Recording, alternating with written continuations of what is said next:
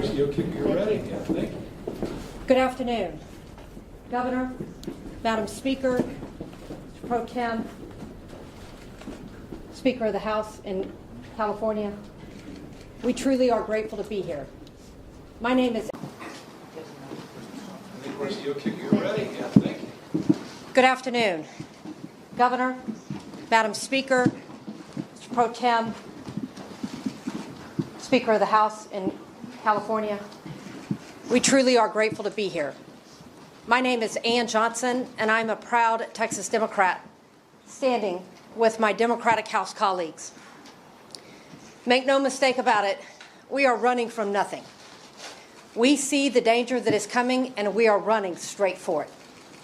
Please know that last week, Texas Republicans, in their effort to try to appease the entitlement of Donald Trump, have tried to steal 5 congressional seats from the voters of Texas. This is not the first time we have seen folks try to appease Donald Trump.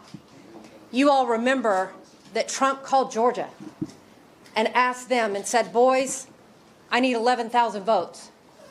To their credit, those Republicans said, no, we're not doing that. That crosses a line.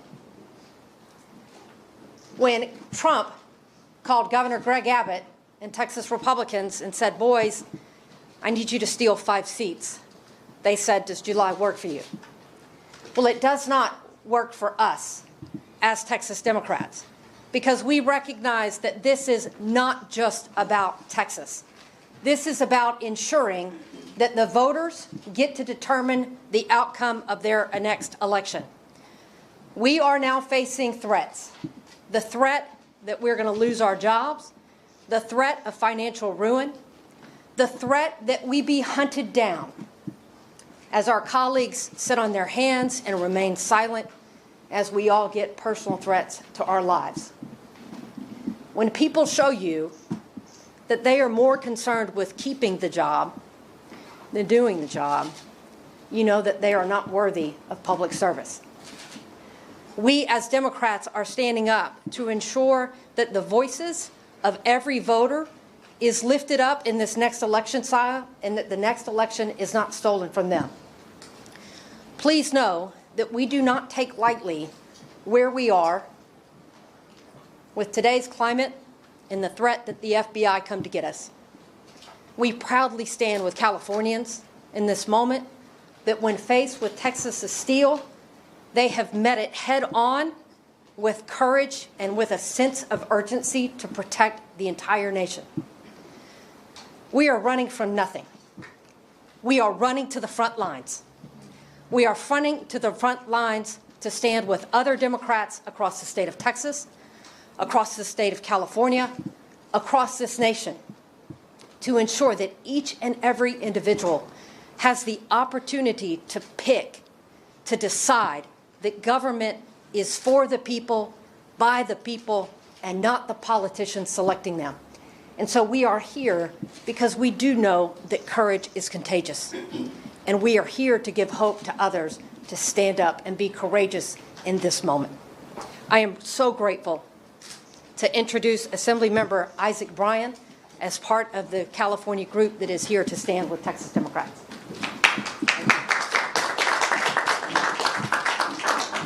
Thank you all for being here. I want to thank Representative Johnson and all of the members of the Texas delegation for their bravery and their courage. They are the example of what it means to be the best of America, the best of Texas.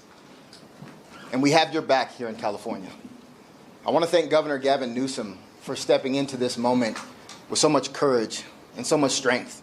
It takes a certain type of fortitude to stand up and say very plainly that we have had enough. We've had enough. I want to thank Speaker Robert Rivas for guiding the State Assembly through this moment and many other challenges this year with so much dignity, so much compassion, and so much of the care that is missing out of D.C. And of course, the same is true for Senator Mike McGuire, our pro tem in the Senate. Here in California, we recognize our responsibility to the 1 in 8 Americans who call California home, but we also recognize our responsibility to the country. That is why we pay over $80 billion in federal taxes that we don't get back. It's why we export food to every corner of this nation. It's why we export culture and storytelling. It's why we host students from around the country at the #1 public university in the world, UCLA.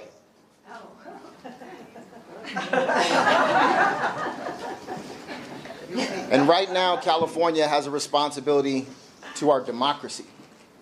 What is happening in Texas, what is being pushed out by the Trump administration beyond Texas, is something we thought we would never see, where people's lives, their representation, their participation is willingly stifled, violently stifled, in plans that did not include public opinion, that did not include public participation, and had a pure political goal.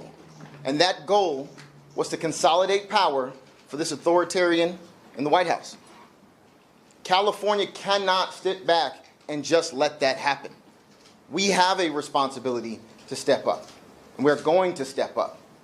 And that doesn't mean we are abandoning our values. While I chaired the Elections Committee, we proposed independent redistricting commissions for every level of California government, and it was opposed by every single Republican. We updated the Fair Max Act. It was opposed by every single Republican. We are not doing away with the independent commission that we establish every single decade, but we are meeting this moment, because this is not a turn the other cheek moment while they continue to send blow after blow to the foundations of democracy. Where I'm from in Los Angeles, when they go low, we squabble up. I had the great pleasure of seeing John Lewis several times before he passed away. And he always said the same thing in every single room I was in with him. He said, if you see something that is not right, that is not fair, that is not just, you have a moral responsibility to do something about it. And that is what has brought us here today. And I have the great privilege of introducing the chair of the Senate Elections Committee, my colleague and my friend, Sabrina Cervantes.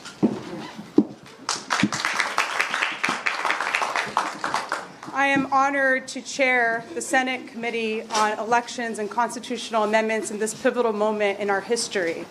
I applaud the Texas representatives for the courage they are displaying in resisting this Trump Republican power grab. California did not start this fight. We are proud of our Citizens Redistricting Commission. It is a gold standard in our country. But this is an emergency that requires an emergency response. California stands ready to respond. We will not sit idle on the sidelines while our communities are torn apart. This is a path to end the chaos. I would like to call up our Speaker, Speaker Rivas.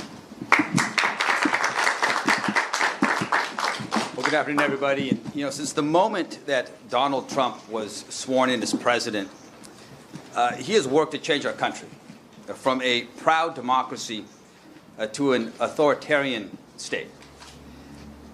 The stakes are high. That's why we are here this afternoon. They are that high. He's bullying universities to control what they teach. He's targeting news programs and late-night shows, attempting to control what we watch. And here in California, masked ICE agents, without badges, without identification, they're shoving people into unmarked cars, disappearing them into detention centers with no accountability, and too often, no way for families to even find their loved ones. And let's be clear, they're not going to stop with the most vulnerable people, our undocumented residents. History tells us that that is not how authoritarianism works. We are only 7 months into this presidency, 7 months. And the more power they get, the more they will take. And what will they do with this power? More immigration raids? More arrests? More crackdowns? More attacks on our freedoms? Well, certainly what we can expect are more negative consequences for every single American.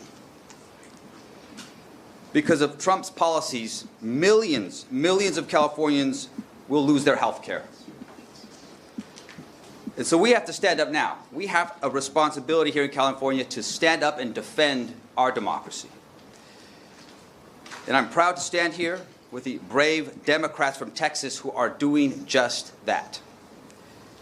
Texas Republicans acting on direct orders from Donald Trump are redrawing congressional lines so that there is no way to dislodge them from power of Congress. No way to hold them accountable, no way to prevent them from doing whatever they want. Well, as Californians, we're here to say absolutely not. If they're trying to destroy our democracy, you're going to have to come through California. You have to come through California, where we are nearly 40 million strong in this state. We have the fourth largest economy in the world. And we have a proud tradition here in our state of standing up for the people's rights, of standing up for what is always in the best interest of our state and of this country. We will not allow Trump's Republican Party to rig this system and take permanent control of the U.S. House of Representatives. We are prepared, and we will fight fire with fire. And we will do whatever it takes to defend our democracy. California will do whatever it takes to protect the voices, to protect the votes, and to protect the rights of every single American. And now I'd like to introduce and welcome my partner in the State Senate, Pro Tem Mike McGuire.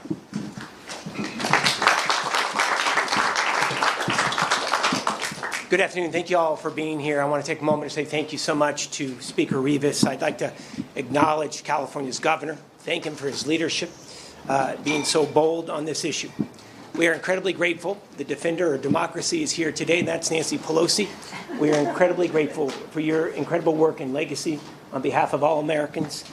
Zoe Lofgren, who chairs California Democrats on behalf of the California Democratic Caucus in Congress. Thank you so much to our caucus chair, Monique Limon, to our chair of elections, Ms. Cervantes, to the assembly members, and to the patriots.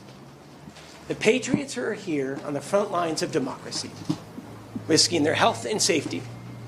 These leaders from the great state of Texas, we owe them a great debt of gratitude.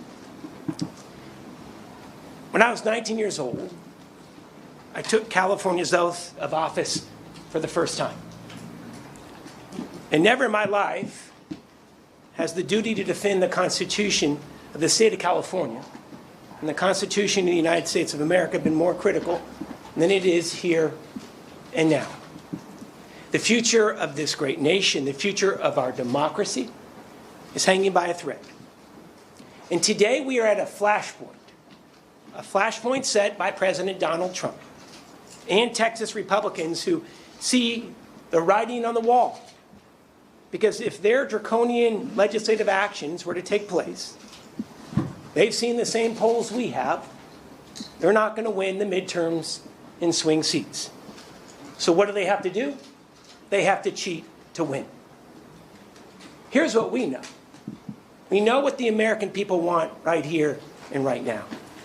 They want lower prices for families, not expensive tariff taxes. That's costing American consumers hundreds of billions of dollars and devastating California's economy. People want cancer research that saves lives, not golden ballrooms that stroke egos.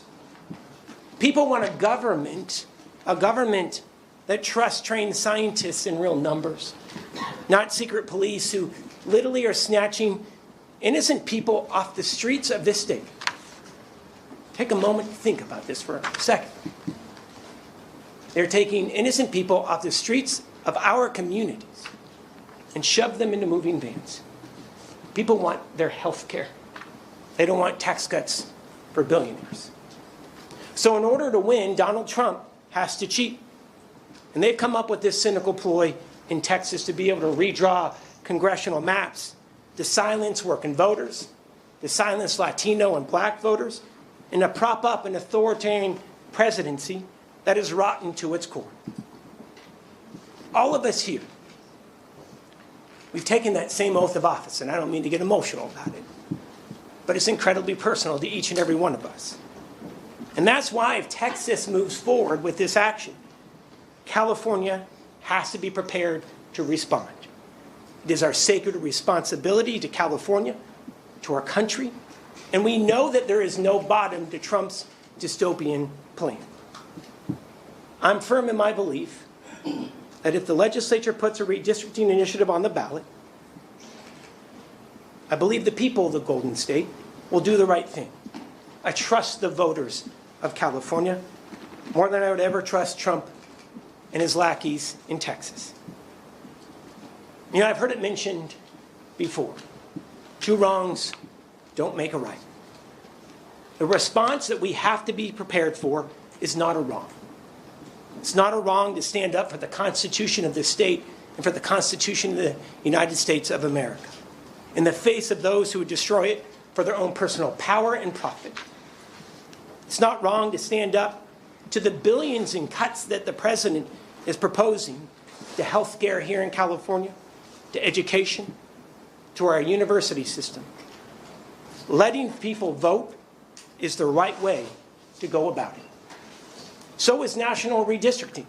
It leads to independent maps all across the country, and it's wonderful to see the Republican congressional members in the state starting to see the light that Democrats have had for decades.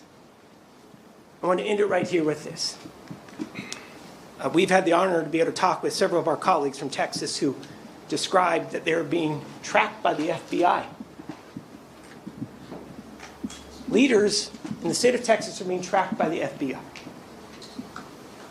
They're facing bomb threats, death threats, and that is after what we saw in Minnesota just 2 months ago.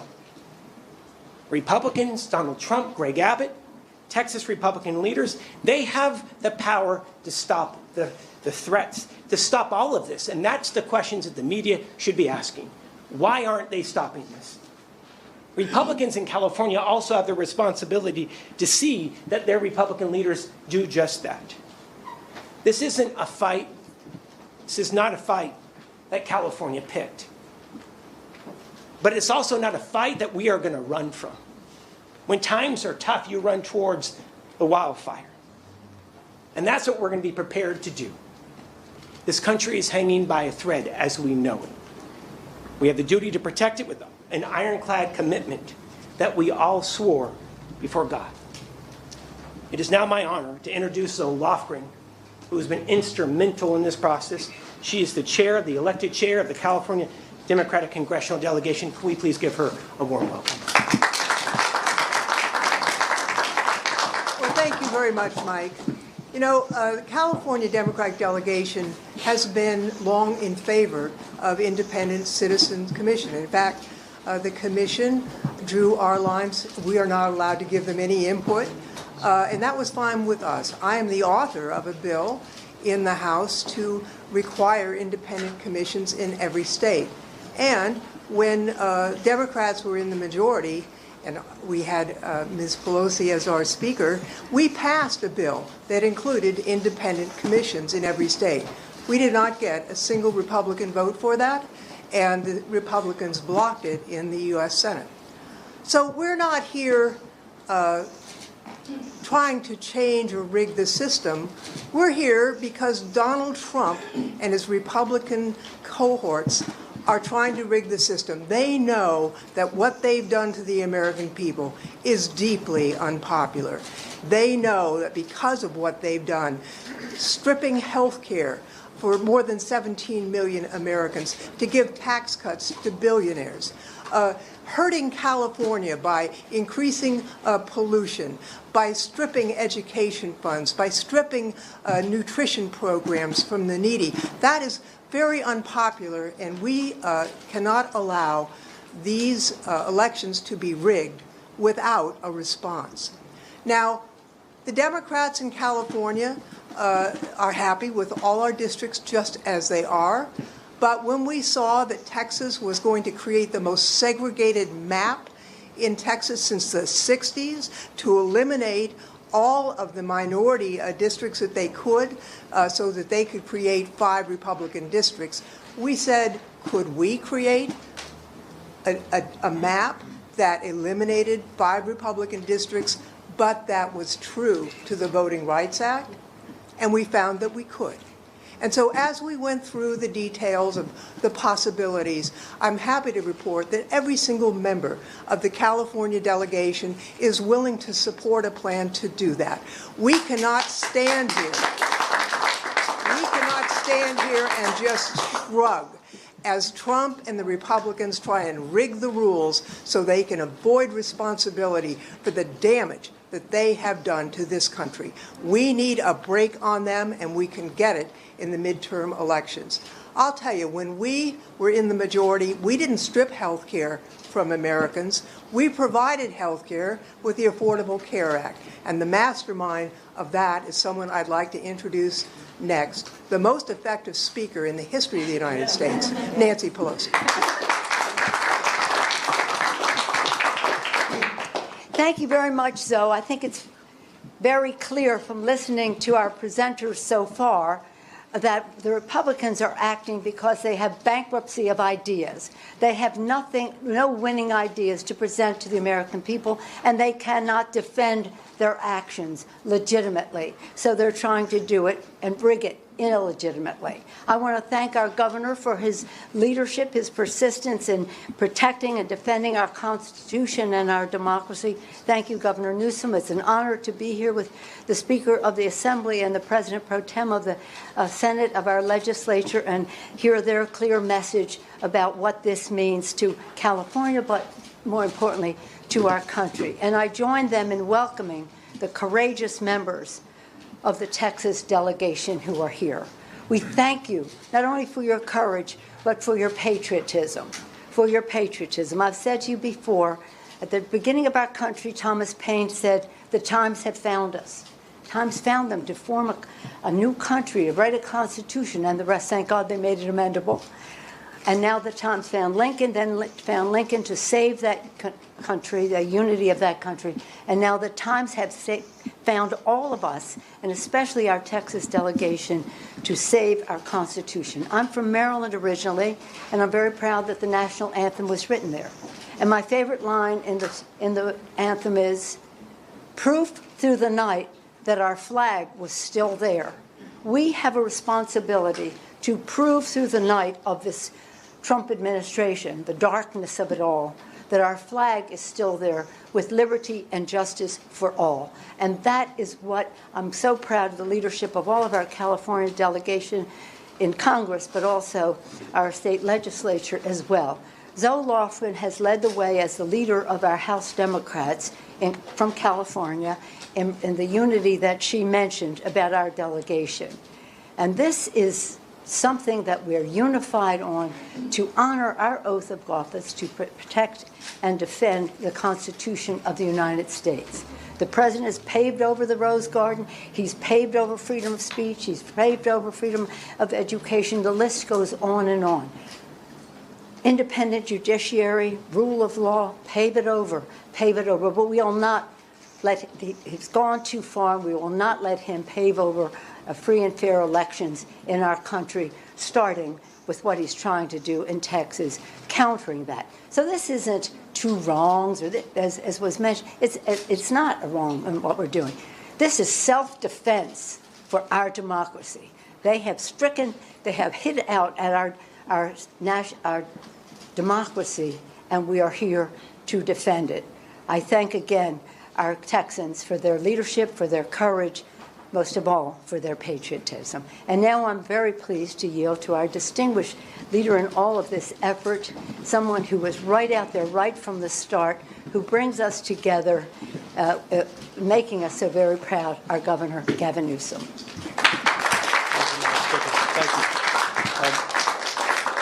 Well, let me thank everybody for taking the time to be here, and let me welcome all of you to Governor Ronald Reagan's home. Reminded of Governor Reagan's last speech in the Oval Office, where he talked about the life force of new Americans. He talked about Lady Liberty's torch. And here we are, fast forward decades later. appropriately with a portrait of Ronald Reagan looking down on the President of the United States of America, Donald Trump, who's trying to light a torch on democracy. He's trying to roll back the last half century. He wants to put America in reverse on LGBT rights, on voting rights, civil rights, on the rights of women and girls. We're here in that light at this profound and consequential moment. And we're here with 6 courageous leaders, as they've been described, from the Texas delegation. It is my privilege to have had now 2 delegations visit from Texas. And it's my honor to welcome all of you and to thank you for your courage. Thank you for faith and devotion to the cause that unites all of us across this country, regardless of party. And that are the enduring principles of our founding fathers. You know, we talked about the 249th anniversary of those principles. Next year, we'll celebrate the 250th anniversary of those enduring principles, the best of the Roman Republic and Greek democracy, a system of co-equal branches of government. This notion of a system of checks and balances, popular sovereignty, all of that on the line, all of that at risk. And so I'm very sober and mindful of this moment. And as a consequence, we have taken our relationship to this moment very, very seriously. Had it not been for the courage of the Democratic representatives from Texas to stand tall and to stand up, to walk out, as is their right, as old a principle as American pie, the ability for a minority to walk out when it comes to the abuses of a majority. And they did just that to elevate not just their voices as representatives, but to elevate our voices, to call out the consequential nature of what's happening. What's happening in the United States of America is not normal. We cannot allow this to be considered normal. Please don't say it's surprising. When you say something is no longer surprising, you normalize it. This is shocking, what's happened. You heard Representative Johnson say it very powerfully and very clearly. And what more evidence did you need? You saw this take shape after Donald Trump tried to wreck the democracy after January 6th, where he dialed for 12,000 votes in Georgia. By a courageous leadership, regardless of party, that stood up against that tyranny.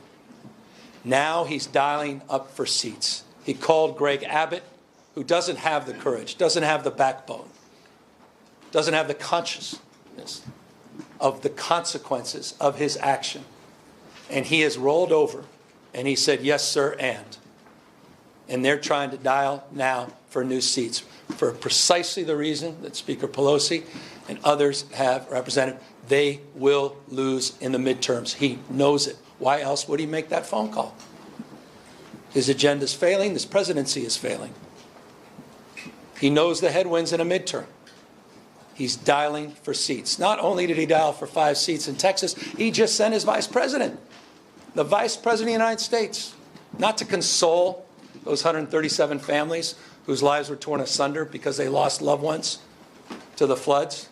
By the way, 3 members of my community in Marin County, Mark and Sarah and Johnny Walker, 14 years old, died in the flood. Mark, 50 years old. Sarah, same age. Family, friends. We were at their memorial yesterday. Vice President come to console the family members of the lives lost. He went to Indiana to continue to try to rig the election. You have a special election in Texas. You'd think that's all they'd be focused on. 37 kids dying in those floods. But they're focused on this, a power grab. And it's not limited to Texas and Indiana. You've seen what's happening in Florida. You've seen what's happening in Ohio and other states. So we have got to step up. Our state of mind is about accountability, responsibility. Again, taking this moment seriously. What is our relationship to this moment? And we recognize we have agency. We're not bystanders. That we can shape the future. Decisions, not conditions. And so we choose to be held to a higher level of accountability. It wasn't our decision to be here. It's reaction to. We are trying to defend democracy as opposed to see it destroyed district by district. And we will stand firm, and we will stand tall. And perhaps the expression today is the expression of unity. That's what we're trying to communicate. You have congressional representatives here, the leader of our congressional delegation. They are unanimous in their support of moving in this direction. You have the Speaker and the Pro Tem, and they strong support of their caucuses. And leaders of critical committees and caucus are here to express support. We are moving forward. Make no mistake. California is moving forward as a state that's larger than 21 state populations combined. We are not a small, isolated state. State larger than 21 populations combined. We tried to play by a higher set of standards and rules with our independent redistricting, and we believe in that. And we are not talking about eliminating that commission. We are talking about emergency measures to respond to what's happening in Texas, and we will nullify what happens in Texas. We will pick up 5 seats with the consent of the people, and that's the difference between the approach we're taking and the approach they're taking. We're doing it on a temporary basis. We're doing it in a fully transparent way, and we're doing it by asking the people of the state of California for their consent and support. Mark that stark contrast to what's happening in Texas and other states. We are resolved, and we are aligned in this strategy. And I'm deeply, in closing, grateful for the leadership that's assembled here today. In unprecedented time, required an unprecedented approach, an unprecedented leadership to build the kind of consensus that we believe we have. We have till August 22nd. With the leadership behind me, they will get this on the ballot. We're calling for a special election. That'll be the first week of November. It will coincide with many other municipal elections. We will raise an unprecedented amount of attention, and we will garner an unprecedented amount of support because people understand what's at stake. Final words. Because I want to reinforce what the Speaker and the Pro Tem said. You have people disappearing in the state of California, quite literally disappearing. Warrantless search, people literally being taken from the streets. I don't think this, I know it. 16-year-old kid whose mom and dad working 20 years at the same packing facility, 16-year-old didn't even know how to get back into his own home because mom and dad disappeared going to work. Young child had no brothers and sisters. That's Trump's America. That's happening as we speak. The Guard has been federalized. And by the way, Donald Trump is continuing to federalize the National Guard through the election. Pause and consider what that may mean. There is nothing normal about this. Nothing normal about this. Conditioning aid, let me make this clear in front of the Texas delegation. I am proud, and thank you to Isaac Bryan, $83.1 billion more we provided the federal government in federal taxes than we received. Texas, for whatever reason, for success and how Texas does punch above its weight, received $71.1 billion more from the federal government than we received. But I'll tell you what, as a taxpayer, as governor of California, I am proud to stand tall to help them recover from these floods. No conditions, no politics. We're all in this together. I was proud to send search and rescue teams to support the recovery of those floods. That's my responsibility. That's what it's like to be a member of a community. We're all in this together. The idea that we're even conditioning aid and allowing that conversation to persist, that's what's at stake with this conversation. It's not about lines, it's about drawing a line, and it's all about elevating a deeper consciousness of the line that Donald Trump continues to cross. It's not about him playing by a different set of rules. There are no rules for Donald Trump. This is a serious moment in American history. And so we are here to meet this moment head on.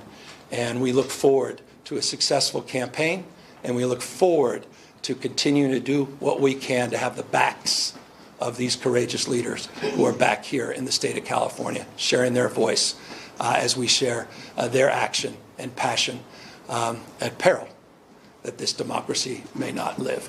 With that, we're here to answer any questions. Do you not want UCLA to settle with the Trump administration? Are you taking any actions to fight Yeah, this we'll war? sue. I mean, this is a separate topic, but it's not necessarily disconnected from this topic. Donald Trump today is trying to silence academic freedom. He's attacking one of the most important public institutions in the United States of America, one of the finest institutions for higher learning in the world, one of the great research institutions in this country, one of the reasons California is the tentpole of the U.S. economy, one of the reasons we have more scientists, engineers, more Nobel laureates than any other state in this nation. He has threatened us through extortion with $1 billion fine unless we do his bidding. So as long as I'm governor, I will stand tall and push back against that. And I believe every member of California legislature feels the same way. We will not be complicit in this kind of attack on academic freedom on this extraordinary public institution. We are not like some of those other institutions that have followed a different path. Governor, given the timeline that you've mentioned on the special election, it sounds like the California legislature will have 5 days to basically set the election. When will the maps be released to give the public ample time to at least review them? Well, that's a question for all of our folks here, but the bottom line, it's going to be in their ballot box. It's going to be on their ballot. So it's about independent redistricting. It's taken over 10,000 hours of testimony and public comment over the years, and they've bandied about many of these maps that have been seen before. So it's a very familiar process. It's not a very complicated process. It may appear to be, but it's not. But the process we want to make very transparent. And that's the idea of putting the maps on the ballot. And that was something for me was a red line. And it's something that I think is foundational in terms of this effort. So does it not matter what people think that in the 5 days that the legislature has the time? I mean, this is for really legislative leaders. Is 5 days an adequate enough time for the public to review what you will present to them on the ballot? So I can tell you this, Ashley, that maps we anticipate will be available next week. Our work began with the work that was already done, as the governor just mentioned, by our independent redistricting commission. Once these maps are released, voters will have the opportunity to digest these maps, review them for weeks and months leading to this election. If there is another state with a more transparent process where voters will get the ultimate say in these new maps, please let me know what it is, or if there's a state doing it, because we are going above and beyond to ensure that, one, we are protecting the Voting Rights Act, and that we are sending the voices of our most vulnerable to Washington, D.C. But when it comes to the maps, we anticipate these maps to be available next week. Governor, I have a question. How can you guarantee to Californians this will be a one-time exception with the Independent Redistricting Commission? If you're in a gerrymandering arms race, what makes you confident this is the only time you'll ask them? Well, I'd say we want to do it for the 26, 28, 30 ballots, just for congressional representatives alone. We want to provide that opportunity to the voters. They'll make that decision, and they'll decide that direction. We want to maintain the framework of the Independent Redistricting Commission, which I've long supported. We believe, as the Lofgren believes, as the author of the legislation that only Democrats signed. I'll repeat that because it needs to be repeated. The Democratic Party is on record supporting national independent redistricting. The Democratic Party is on record. The Republican Party is nowhere to be found on that. But we're not going to unilaterally disarm in the state of California. We tried to lead by example with the Independent Redistricting Commission. And we are looking at temporary measures. And that is my intent, and that is the direction that ultimately will be made by the public. I have a question for the Texas reps. What's your reaction to your Attorney General suing you guys today for leaving the state? I mean, it just follows the long line of threats, right? I mean, we can tell they're desperate. I mean, they are throwing everything at us that they can. The loss of leadership, the financial ruin, the threats that they are putting out into their group. And then, of course, my colleague here, they have filed litigation to try to vacate seats. They are trying to overturn the will of the electorate before a time as said, because they are afraid of the voters. Not only do they want to take out 5 congressional seats and steal them, they now want to take out the representatives that are actually standing up against them, attempting to rig the next election cycle. Duly elected representatives out of Texas that have elected us to be here today to break quorum per our Constitution because we know that the majority has gone off the rails. I'm State Representative Gina Hinojosa, and I'm one of the legislators in Texas who is facing a threat by our Attorney General to be removed. You should know, just 2 days ago, I checked in with my office. We had 700 calls on this bill proposing a new map that hasn't even been out a week for the public to see. 4 were opposed. The rest were all in support of my breaking quorum. I'm doing exactly what my constituents want, and it is shameful for our governor or for our attorney general to try to remove a duly elected representative of the people from office, but it is in keeping with what is happening in this grander scheme of these Trump maps to try to rig the 2026 midterms. The response to Governor Abbott saying he'll continue to call special sessions until you return. So that's his decision. That's the benefit of who you elect for governor. We are breaking and doing everything we can to break this quorum. We have 137 at least. We are missing 2 more individuals out of Central Texas. We have been there for 2 weeks waiting to address that issue. They only put 1 bill up for us to debate in the House, and it was redistricting. We have an arrest warrant for us to go back to Texas for 1 bill only. They don't want us to come back for flooding. They are using those families as a distraction. The governor can write a check right now to try to start the process. And so it's his decision what's valuable to him. Does he want to have us come back and address flooding, to address the issue of school testing, to address human trafficking, to address the infrastructure in our courts? We will gladly show up. So you're going to find out, the people of Texas, who he plays for. Is he going to call us back for you, or is he going to call us back to do Trump's bidding? Are you prepared to stay out of the state through even the filing deadline in December, if that's what it takes to stop a redraw for the 2026 map? So we take this fight one day at a time. We fight to win today, and tomorrow we assess and take it on. Then I'm reminded of a quote by one of our wonderful governors of the past, Ann Richards, and she said, "The here and now is all we have, and if we play it right, it's all we need." And that is what is happening here today. We're about to play it right. Thank you. Question for the governor. If California redraws districts for Democrats to try to fix seats, that would only cancel out what Texas is doing, but Republican-led states, including Florida, Ohio, Missouri, and Indiana, will or are considering redrawing their own lines, and Democrats don't control enough states or have enough districts to pick up to counter that. So, given that math, why go through with trying to bypass the independent issue? Well, these guys are ruthless on the other side, so I concur.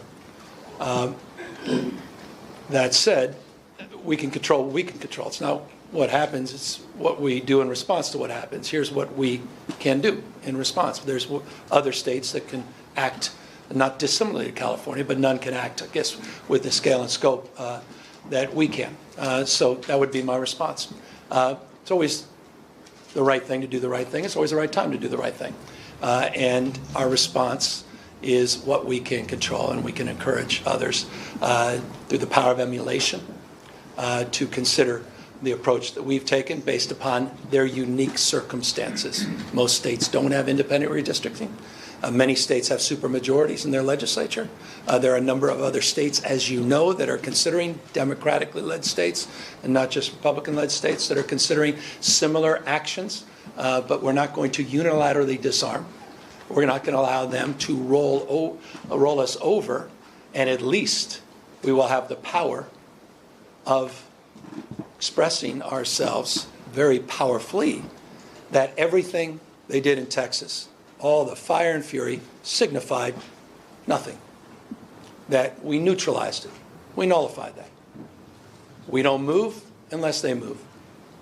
This is triggered. They drew first blood. We're responding to this action.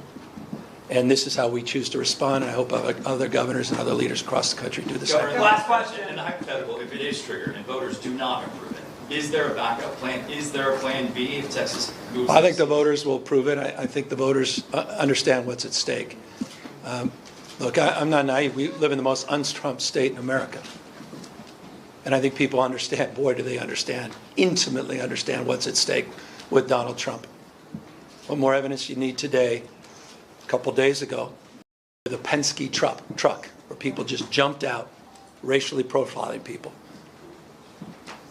Look at what just happened at UCLA. What more evidence do we need? And so I think I have all the confidence in the world, the wisdom of the voters of this great state. And I'm not just talking about Democrats. I'm not just talking about independents. We believe in independent redistricting. That will be on the ballot. We believe it should be nationalized. That will be on the ballot.